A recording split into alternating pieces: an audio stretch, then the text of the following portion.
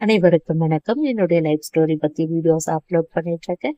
முந்தைய வீடியோக்களோட லிங்க் எல்லாமே டிஸ்கிரிப்ஷன்ல கொடுத்துருக்கேன், பார்த்து தெரிஞ்சுக்கோங்க. என்னோட சின்ன தங்கச்சியோட முதல் டெலிவரி நல்லபடியா முடிஞ்சு என்னோட தங்கச்சியோட குழந்தையும் வீட்டுக்கு வந்தாச்சு. அதன் பிறகு என்னுடைய பெரிய தங்கச்சியும் அவங்க வீட்டுக்கு போயிட்டாங்க. அந்த வாரத்திலேயே என்னுடைய தம்பி லீவ் கிடைக்கும் போது அந்த குழந்தைய பார்த்ததுமே அவனுக்கு அழ வந்துருச்சு. அழ வந்ததுமே அவன் வெளியே ஓடிட்டான். ரிட்டர்ன் வரும்பொழுது சிரிச்சுட்டே வந்தான். அம்மா கேட்டாங்க, ஏன்பா அப்படின்னா, இல்லைம்மா பெரிய தங்கச்சியோட முதல் குழந்தை ஞாபகம் வந்துருச்சு. இவனை பார்க்கும் பொழுதும் அதே தான், பெரிய தங்கச்சியோட பையனை பார்க்கும் பொழுதும் அதே ஞாபகம் தான். எந்த குழந்தைய பார்த்தாலும் அந்த முதல் குழந்தை தாம்மா எனக்கு ஞாபகம் வருதுன்னு. அதுக்கு என்ன பண்ணுறதுப்பா, நமக்கு அவன் இல்லை, அவருக்கு அவ்வளோ அவசரம், கடவுள்கிட்ட போயிட்டாரு அப்படின்னு சொல்லிட்டு என்னுடைய தம்பி போகும்பொழுது வரும்பொழுதெல்லாம் குட்டி பையனை பார்த்துட்டே போவான். அவனுக்கு இப்போ கொஞ்ச நாள் கூட எதுவும் தெரியாதுடா, இன்னும் கொஞ்ச நாள் போகணும் சொன்னாங்க அம்மா. கிளிப்பெல்லாம் வாங்கிட்டு வந்து கொடுத்துருந்தான். அது எல்லாமே இப்போ பிடிக்கிறதுக்கு அவனுக்கு தெரியாதுடா, எல்லாமே இன்னும் கொஞ்ச நாள் ஆகணும் சொல்லியிருந்தாங்க. அப்புறம் தொட்டிலில் போடுற அன்னைக்கு வாடா அப்படின்ட்டு சொல்லியிருந்தாங்க. லீவு கிடைச்சா பார்க்கலாமா, இல்லைன்னா நீங்களே செய்யுங்க அப்படின்ட்டு சொல்லிட்டு போயிட்டான். அப்புறம் லீவு கிடைக்கல அவனுக்கு அப்படின்ட்டு தான் சொன்னான். ஆனால் அப்புறமா அம்மா சொன்னாங்க, எப்படின்னா கேட்டுட்டு வாடா அப்படின்ட்டு சொன்னாங்க. இப்போ லீவ் கிடைச்சிச்சு, வந்துட்டான். அவனுக்கே ஆஃபீஸில் லீவ் கிடைச்சி வந்துட்டான். ஆனால் என்னுடைய பெரிய தங்கச்சியை நாங்கள் எதிர்பார்த்துட்டு வரணும், வருவாங்களோ இல்லையோ வருவாங்களோ இல்லையோ, இதே தான் வரல போல இருக்கு, இப்படியே தான் பண்ணிகிட்ருக்குறாங்களே அப்படின்ட்டு எல்லாம் கஷ்டமாக இருந்துச்சு. அந்த பொண்ணுக்கு கூட எப்படி இருக்கும், குழந்தைய தொட்டிலில் போடுறாங்க, பார்க்கணுன்னு ஆசை இருக்காதா அப்படின்லாம் எல்லாம் யோசிச்சுட்டு இருந்தோம். கரெக்டாக ஃபங்க்ஷன் முடியும் பொழுது கூட்டிகிட்டு வந்தாங்க. கூட்டிகிட்டு வந்த பிறகு அதுக்கப்புறம் அம்மா என்ன சொன்னாங்க, அண்ணி அப்படிக்கா கொஞ்சம் உட்காந்துக்கம்மா, இங்கே எல்லாருமே சாப்பிட்டுட்டோம் அப்படின்ட்டு சொல்லியிருந்தாங்க அம்மா. எங்கள் வீட்டில் பின்னாடி பக்கமாக கொஞ்சம் ஒரு நடை இருக்கும், அதில் உட்காந்துக்கிறேன் அப்படின்ட்டு நான் சொல்லியிருந்தேன். அங்கே போயிட்டு பார்த்தா என்னுடைய பெரிய தங்கச்சி பசங்க 2 பேருமே, பெரிய பொண்ணும் அது குட்டி பையனும் உட்காந்துட்டு சாக்லேட் பாக்ஸை திறந்து எல்லா சாக்லேட்டும் சாப்பிட்டுட்டு இருக்கிற மாதிரி உட்காந்துட்டு இருக்கிறாங்க. உடனே எங்கள் அம்மா என்ன சொன்னாங்க, இங்கே என்ன பண்ணுறீங்க 2 பேரும் அப்படின்னு கேட்டால், சாக்லேட்டு உச்சி கொடுத்துங்கிறாயா தம்பிக்கு அப்படின்ட்டு மழலை குரல்ல சொல்லுச்சு. நிறைய சாப்பிடாதம்மா இரும்பல் வரும் அப்படின்னு சொல்லிட்டு அம்மா என்ன மெதுவாக பிடிச்சி உட்கார வைக்கும் பொழுது அது சின்ன இடம் நடை, அதால என்னால் இவனும் நவருடான்னா நவரவே இல்லை. ஒரே இடத்துல அவன் யார் என்ன சொன்னாலும் கேட்கவே மாட்டான். பெரிய தங்கச்சியோட குழந்தை, அவனுக்கா மனசு இருந்தாதான் நவுந்து உட்காரான். நவருடான்னு சொன்னாலும் நவரவே இல்லை. சரின்னு அம்மா என்ன பண்ணாங்க, சரி நீ அப்படியே உட்காருமா பார்த்து அப்படின்னு சொன்னேன். சரி மெதுவாக விடுமா, நான் பார்த்துக்கிறேன், கை ஊனி உட்காடுறேன் அப்படின்னு சொல்லும்போது என்னோட நெத்தி போயிட்டு அவனோட தலையை இடிச்சிருச்சு. அந்த தலை இடிச்ச உடனே அவன் அப்படியே முன்னுக்கு கவுத்துக்கிற மாதிரி ஆயிட்டான். அப்புறம் பார்த்தா அப்படியே ஒரு சவுண்டு, என்னன்ட்டு எட்டி பார்த்தாங்க அம்மா.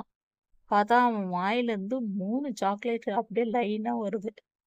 என்ன வேலை ஆயிருக்குன்னா, அவங்க அக்கா உரிச்சு கொடுக்க இவர் வாயில இஷ்டத்துக்கோ போட்டுட்ருக்கிறாரு இந்த 3 சாக்லேட். நாங்கள் போகும்பொழுது 4வது சாக்லேட் உரிச்சு கொடுக்க இருந்துச்சு. ஆனால் எங்ககிட்ட பேசிட்டே அது உரிச்சு கொடுக்காத விட்டுருச்சு. அப்புறம் எங்கள் அம்மா திட்டினாங்க தங்கச்சியை கூப்பிட்டு, பசங்களை கவனிக்க மாட்டியாம்மா, இந்த சாக்லேட்டுக்கிட்ட உட்காந்துட்டிங்க பாரு, எத்தனை சாக்லேட் அவன் வாய் உள்ள போய்க்குது அப்படின்னு. அதை எடுத்துட்டாங்கன்னு அப்படி ஒரு ஆர்ப்பாட்டம் பண்ணான். அதுக்கப்புறமா அவங்ககிட்ட சாக்லேட் எல்லாம் வாரி கையில் கொடுத்த உடனே கொஞ்ச நேரம் அமைதியாக இருந்தான். அப்புறம் அப்படியே தூங்கிட்டான். எப்போவுமே குழந்தைங்கள வந்து கேர்ஃபுல்லாக பார்த்துக்கணுன்றதே என்னோட தங்கச்சிக்கு தெரியாமையே போயிடுச்சு. அப்போ அதன் பிறகு ஃபங்க்ஷன்லாம் முடிஞ்சு குழந்தைக்கு பேரெல்லாம் வச்சாச்சு. அவங்கவங்க வீட்டுக்கு போயாச்சு. அப்புறம் ஒரு ஒரு மாசத்துக்கும் அப்புறம் எனக்கு ஊனமுற்றோர் ஆஃபீஸ்ல இருந்து ஒரு லெட்டர் வந்திருந்தது. அது வேலூர்ல போயிட்டு ஒரு டாக்டர் சர்டிஃபிகேட் வாங்கிட்டு வரணும். இப்ப தங்கச்சிய தனியா விட்டு போ முடியாது. அதனால அவங்க வீட்டுக்காரும் அந்த டைம்க்கு கரெக்ட்டா வந்திருந்தாரு. அவர்கிட்டயே விட்டுட்டு அப்பா, நானு, அம்மா நாங்க 3 பேரும் வேலூர் போயிருந்தோம். சர்டிஃபிகேட் எல்லாம் ரெடி ஆயிடுச்சு. ரிட்டர்ன் வீட்டுக்கு வரும்பொழுது எங்க அப்பா அங்கருந்து அவங்க அம்மாக்கு கால் பண்ணாரு. நான் மட்டும் தான்ப்பா வீட்ல இருக்கேன். எல்லாரும் ஓம் சக்தி கோயிலுக்கு போயிட்டுருக்காங்க. எனக்கு ஏனோ உடம்பே முடியலப்பா. கஷ்டமா இருக்குது அப்படின்னு. நீ அவங்க இருக்கும் பொழுதே சொல்ல வேண்டியது தானே. யாருன்னா இருந்திருப்பாங்கல்ல அப்படின்னு. இல்ல அப்பல்லாம் எதுவும் இல்ல இப்பதானே. சரி சாப்பிட்டியா இல்லையானா, இல்ல சாப்பிடணும் இதுக்கப்புறம் தானே. சரி பத்திரமா இரு. நாங்க ஜெயாவை இது போல கூட்டிட்டு வந்திருக்கோம். வீட்டுக்கு வந்துட்ட பிறகு நான் உனக்கு ஃபோன் பண்றேம்மா அப்படின்னு சொல்லிட்டு வச்சுட்டாங்க. அதுக்கப்புறம் நானும் எங்க அம்மா கிட்ட சொன்னேன். அம்மா அப்பா ஆயாக்கு ஃபோன் பண்ணாங்க. இது போலலாம் சொல்லுச்சு. ஓம் சக்தி கோயிலுக்கு போயிட்டுக்கிற மாதிரி இருக்குது. அது என்னான்ட்டு தெரியல அப்படின்ட்டு அவங்களே சொல்லுவாங்க. நான் சொன்னதா நீ காட்டிக்காத அப்படின்ட்டு நான் சொன்னேன். அப்புறம் அப்பாவும் சொன்னாங்க எல்லா விஷயத்தையும். தனியா ஏன் விட்டுட்டு போனோம் அவங்க வயசான காலத்துல அப்படின்ட்டு அம்மா சொல்லியிருந்தாங்க. அப்புறம் அன்னைக்கு சாயங்காலம் வந்துட்டு அப்பா ஃபோன் பண்ணாங்க. ஆயாக்கு இப்ப எப்படி இருக்குன்னா, அப்படியே தான்பா இருக்கு. ஏதோ ஒரு கஷ்டம் இருக்குது. ஆனா எனக்கு சொல்ல தெரியல அப்படின்னு சொன்னாங்க. அப்புறம் மறுநாள் காலையில சித்தி, ஆயா, அத்தை இவங்க 3 பேரும் அங்கேயே இருந்தாங்க அவங்க வீட்ல. அப்ப அத்தை சொல்லுச்சு, "ஹாஸ்பிட்டலுக்கு நான் கூட்டின்னு போறேன்ப்பா" அப்படின்ட்டு சொன்னாங்க. சரி கூட்டிட்டு போயிட்டு வந்த பிறகு, ஏதோ கோல்டு மட்டும் அதிகமா ஆயிட்டு இருக்கிற மாரி இருக்கு. வேற ஒண்ணும் இல்லப்பா அப்படின்னு சொன்னாங்க. ஆனா டெய்லி நீ வந்து போறியாப்பா ஊருக்கு அப்படின்ட்டுலாம் ஆயா கேட்கும். எனக்கு இங்க நெறைய வேலை இருக்குது. நான் வரேன் இரு அப்படின்ட்டு அப்பா சொல்லிட்டே இருந்தாங்க. எங்க அம்மா சொன்னாங்க, "அதெல்லாம் வந்து பார்த்துக்கலாம். நீ போயிட்டு வா, ஊருக்கு போயிட்டு வா. உங்க அம்மாவ பார்த்துட்டு வா" அப்படின்ட்டுலாம் சொன்னாங்க. ஆனா எங்க அப்பா, "இல்ல இந்த வேலையெல்லாம் நான் முடிச்சுட்டே தான் போவேன்" அப்படின்றது போலவே, எனக்கு இந்த ஊனமுற்றோர் ஆஃபீஸ்க்கு தேவையான லெட்டரு, அது சர்டிஃபிகேட் எல்லாமே வந்து ரெடி பண்ணிட்டு இருந்தாரு. அப்போ ஒரு நாள் காலையில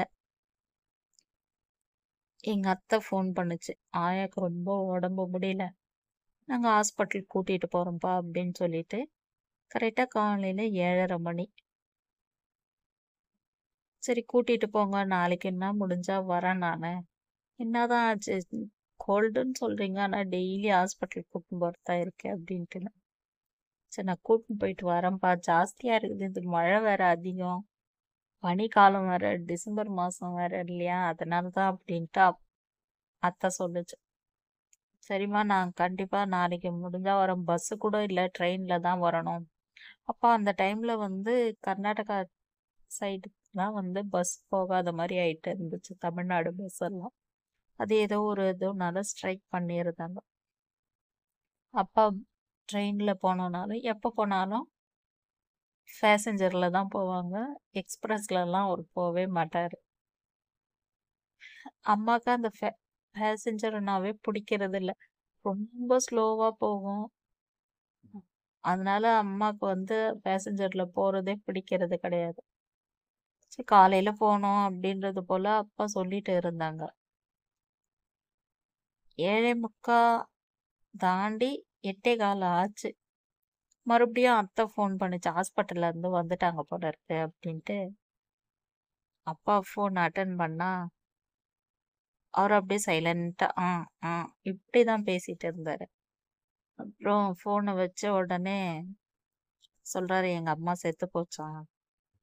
ஆட்டோல போம்பொழுதே ஒரு ஸ்பீட் பிரேக் இருந்திருக்கு. அந்த இடத்த ஆட்டோ அப்படி கடக்கும் பொழுது அவங்க ஆட்டோவில் அந்த சைடில் தொங்குற அந்த கயிறு பிடிச்சிருந்தவங்க அப்படியே விட்டுட்டு இருக்கிறாங்க. செத்து போயிட்டான்ட்டு சொல்லிட்டாங்களாம். ஹாஸ்பிட்டலில் கூட்டிகிட்டு போனாங்க. ஒரு பெத்த அம்மா இறந்து போயிட்டாங்க. அதை நார்மலாக அவர் சொல்லிட்டு அப்படியே சைலண்ட் ஆயிட்டாரு. ஆனால் மருமகளாக இருக்கிற எங்கள் அம்மா ஒரே கத்து கத்துனாங்க. இவங்க கத்துனதுல உடனே எங்கள் அப்பா டென்ஷன் ஆயிட்டார். இப்போ எதுக்கு நீ கத்துவ, சும்மா அசிங்கமாக கத்தாத அப்படின்ட்டு. எனக்கு அப்படியே எங்கள் அம்மாவை திட்டினோன்னே எனக்கு கோவம் அதிகமாகிடுச்சு. சரி, நான் அமைதியாக இருந்த இந்த டைமில் நம்ம எதுவும் பேசிக்க கூடாது அப்படின்னு சொல்லிட்டு, அதுக்கப்புறம் அம்மாவே போயிட்டு பக்கத்துலலாம் சொன்னாங்க. அப்புறம் அப்பாவுடைய ரிலேஷன்லாம் அவ்வளோவா யாருமே கிடையாது. அப்பாவுக்கு ஒரே ஒரு பங்காளின்ட்டு எங்கள் ஆயா வீட்டுக்கு பக்கத்தில் மட்டும்தான் இருந்தாங்க. ஆயாவுக்கும் சொல்லணும், ஏன்னா இப்போ சம்மந்தி இறந்து போயிட்டாங்க. இப்போ பஸ்ஸும் கிடையாது. அதனால எல்லாருமே என்ன பண்ணாங்க, அதே பேசஞ்சரில் தான் போக வேண்டிய நிலைமை ஆயிடுச்சு. இப்போ எங்கள் அப்பா எல்லாம் பின்னாடி பக்கமாக போயிட்டு இருந்தாங்க. யாருமே வீட்டில் இல்லை. எல்லாருமே வந்து ரயில் ஸ்டேஷனுக்கு அங்கே வந்துருங்கன்னு சொல்லி எல்லாமே டிசைட் பண்ணிட்டாங்க. என்னோட பெரிய தங்கச்சிக்கு ஃபோன் பண்ணிட்டாங்க. நீ வந்து ஜெயா கூடயும் தங்கச்சி கூடவும் இருமா, நாங்கள் போயிட்டு வந்துடுறோம். அப்பா மட்டும் அங்கேயே இருப்பாங்க. நான் வேணா நாளைக்கு வந்துடுறேன், இல்லைன்னா நாளான்னைக்கு வரேன் அப்படின்றது போல் ஃபோன் பேசிட்டு எங்கள் அம்மா வந்து அங்கே போனால் ட்ரெஸ் தேவைன்னு சொல்லிட்டு அந்த ட்ரெஸ் எல்லாம் எடுத்து வச்சுன்னு இருக்கும்போது நான் கேட்டேன், அம்மா இங்கே வாங்கிக்கிட்ட அப்படின்னு சொன்னேன். என்னன்னு கேட்டாங்க. நீ உண்மையாகவே அழுதியா, இல்லை சும்மா ஆக்ஷன் பண்ணியாமான்னு. ஏம்மா உனக்கு இந்த நேரத்தில் கூட விளையாடணுமா அப்படின்னு. இல்லைம்மா, ஒன்று அவ்வளோ கொடுமை பண்ணுச்சு அந்த ஆயா, நீ அவங்களுக்காக இவ்வளோ அழுகுற. அப்பா வந்து தங்கச்சிக்கிட்ட கேட்குறாங்க, ஏம்மா எனக்கு எதனா சாப்பாடு இருந்தால் கொஞ்சம் ரெடி பண்ணி கொடு, சாயங்காலம் வரைக்கும் என்னால் ட்ரெயினில் போக முடியாது அப்படின்னு சொல்லிட்டு. அவங்களே அப்படி நார்மலாக இருக்கிறாங்க, நீ இவ்வளோ அழுகுறியம்மா அப்படின்ட்டு கேட்டேன். என்ன இருந்தாலும் அது ஒரு உயிருமா, இவ்வளோ நாள் இருந்துச்சு, அதுக்கெல்லாம் சாவே வராதுன்னு நினச்சேன். ஆனால் இவ்வளோ சீக்கிரம் அது செத்து போயிடும்னு நினைக்கவே இல்லைன்னு. வயசாகுது இல்லைம்மா அப்படின்ட்டு அம்மா சொன்னாங்க. இனிமேல்ட்டாச்சும் உனக்கு விடிவு காலம் இருக்குமோ, போம்மா, எப்போ பார்த்தாலும் ஆயா வந்து ஏதாச்சும் சொல்லி உன்னை சண்டை போட வச்சிரும் ஆயா அப்படின்ட்டு சொன்னேன். விடுமா, அது என்னைக்கோ திருந்தாது. சரி, நீங்கள் பத்திரமா இருங்க, நாங்கள் கிளம்பி போகிறோம் அப்படின்னு சொல்லிட்டு அம்மாலாம் கிளம்பி போயிட்டாங்க. அன்றைக்கி செம மழை. என்னுடைய தங்கச்சியை வந்து பத்திரமா இருக்க சொன்னாங்க. ஏன்னா டெலிவரி ஆகி கரெக்டாக அன்றைக்கி தான் 1 மாதம் ஆகியிருக்கு. இப்போ எங்கள் அம்மா போயிட்ட உடனே எனக்கு என்னோ ஒரு மாதிரியாக இருந்துச்சு. ஏன்னா என்னோட சின்ன தங்கச்சி, அவங்க ஹஸ்பண்ட், அது குழந்தை. இது பெரிய தங்கச்சி, அவங்க பசங்க. இப்போ நான் வந்து தனியாக இருக்கிற மாதிரி எனக்கு ஒரு ஃபீல் ஆச்சு. எங்கள் அம்மா எப்படா வருவாங்க அப்படின்றது போல் இருந்துச்சு. அப்போ இந்த மழையிலேயே வந்து எனக்கு செட் ஆகலை. அன்னைக்கு ஈவினிங்கே வந்து எனக்கு லைட்டாக தலைவலிக்கிற மாதிரி இருந்து ஃபீவர் வந்துடுச்சு. எங்கள் ஆயா வந்து எங்களை பார்த்துட்டு போனாங்க. சாயங்காலத்தில் கடை மூடும்போது வந்து பார்த்துட்டு போனாங்க. அதாவது ஆயா டெத்துக்கெல்லாம் போயிட்டு வந்துட்டு சொன்னாங்க, என்ன உங்கள் ஆயா செத்துட்டாங்கன்னு உனக்கு ஃபீலிங்லாம் இல்லையா அப்படின்னோடனே நான் அமைதியாகவே இருந்தேன். ஆயா எனக்கு ஏதோ உடம்பு கஷ்டமாகுது, ஜுரம் அடிக்கிற மாதிரி இருக்கு அப்படின்னு. நாளைக்கு உங்கள் அம்மா வந்துடுவா, ஒன்றும் இல்லை, இந்த மழை வந்து உனக்கு செட் ஆகலை, அதுவும் இல்லாமல் உங்கள் அம்மா விட்டு உனக்கு இருக்க முடியல, அதனால தான் ஜுரம் வந்துடுச்சு அப்படின்ட்டு சொன்னாங்க. அப்புறம் நாங்கள் ஃபோன் பண்ணி சொன்னோம், அம்மா எப்போ வருவ, எனக்கு ஜுரம் அடிக்குது அப்படின்னு. எங்கள் அம்மா வந்து அப்போயே சொல்லிட்டாங்களாம், இந்த டைமுன்னு பார்த்து பஸ் இல்லாத போயிடுச்சு, ஜெயாவுக்கு ஜுரம் வந்துடுச்சுன்னா அதால் திரும்பி கூட படுக்க முடியாது, ரொம்ப கஷ்டப்படும், அதுங்க பசங்களை பார்க்குமா ஜெயாவை பார்க்குமா, நாளைக்கு காலையிலே நான் வந்து ஊருக்கு போகிறேன் சொல்லிட்டு அம்மா கிளம்பி வந்துட்டாங்க. வந்துட்ட பிறகு முதல்ல பார்த்த உடனே எனக்கு வந்து அப்போ எங்கள் அம்மா 2 நாள் தான் பார்க்காம இருந்தேன். அப்படியே ஒரு மாதிரி ஆயிடுச்சு. ஏன்னா நான் ஹாஸ்டல்ல இருந்து வந்து அந்த 2 நாள் தான் அம்மாவு பிரிஞ்சு இருந்தது. அம்மாவ பார்த்த உடனே ஒரு மாரி ஆயிடுச்சு. "எப்படிம்மா இருக்கு?" அப்படின்னு கேட்டாங்க. "கொஞ்சம் பரவாயில்லம்மா" அப்படின்னு. "யார் யார் உன்னை என்னென்ன கொடுமை பண்ணாங்க சொல்லு" அப்படின்ட்டுருந்தேன். அப்புறம் எங்க தங்கச்சி பொண்ணு போயிட்டு சொல்லுச்சு, "ஆயா, ஜெயா மாத்த குடிக்கல, ஜெயா ஆப்பிள்ல" அப்படின்ட்டு. அதாவது ஜெயா மாத்திரை குடிக்கல, சாப்பிடல அப்படின்னு. "நீங்கலாம் தானம்மா பார்த்துக்கணும், உங்கள நம்பி தானே விட்டு போனோம்" அப்படின்னு. "நான் ஊட்டேன் ஆயா, அது ஆப்பிள்ல" அப்படின்ச்சு. அதாவது நான் ஊட்டினேன், அது சாப்பிடல அப்படின்ட்டெல்லாம் சொல்லுச்சு. உடம்பு கஷ்டம் இருந்தாலும் குழந்தைங்கள்லாம் கூட இருக்கும் பொழுது அது ஒரு சந்தோஷமான நாட்களா தான் போச்சு. இதுக்கப்புறம்லாம் என்னோட லைஃப்ல என்ன ஆச்சுன்ட்டு தெரிஞ்சுக்கணும்னா அடுத்த வீடியோல சொல்றேன். இந்த வீடியோ பிடிச்சிருந்தா லைக் பண்ணுங்க.